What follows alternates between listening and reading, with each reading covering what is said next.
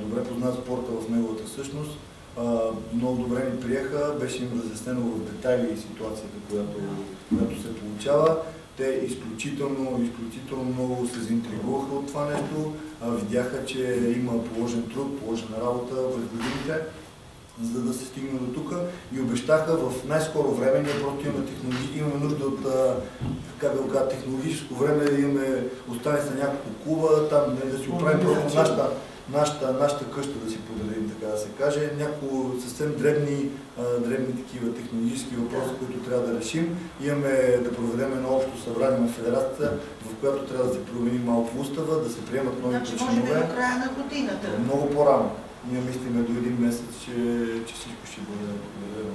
Тази работа с федерацията вече взе да прилича на Илф и Петров за децата на лейтенант Шмидт, нали? Който стигне първи, ако сте чели Златния телец. Също е работата. Много деца на лейтенант Шмидт, а той имало едно герой от революцията. Така че не е зле господа да прочитат Илф и Петров. Добре. Други въпроси има ли?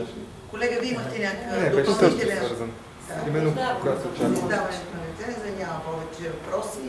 Още веднъж искам да ви благодаря, да ви пожелая успех, скорошно издаване на лиценза и до нови срещи. И един отбор да направим, да видим в Бразилия дали ще има олимпийски медал от някой спорт български и кой ще е той. Дали няма да е мой тай? Дали няма да е злати в мой тай?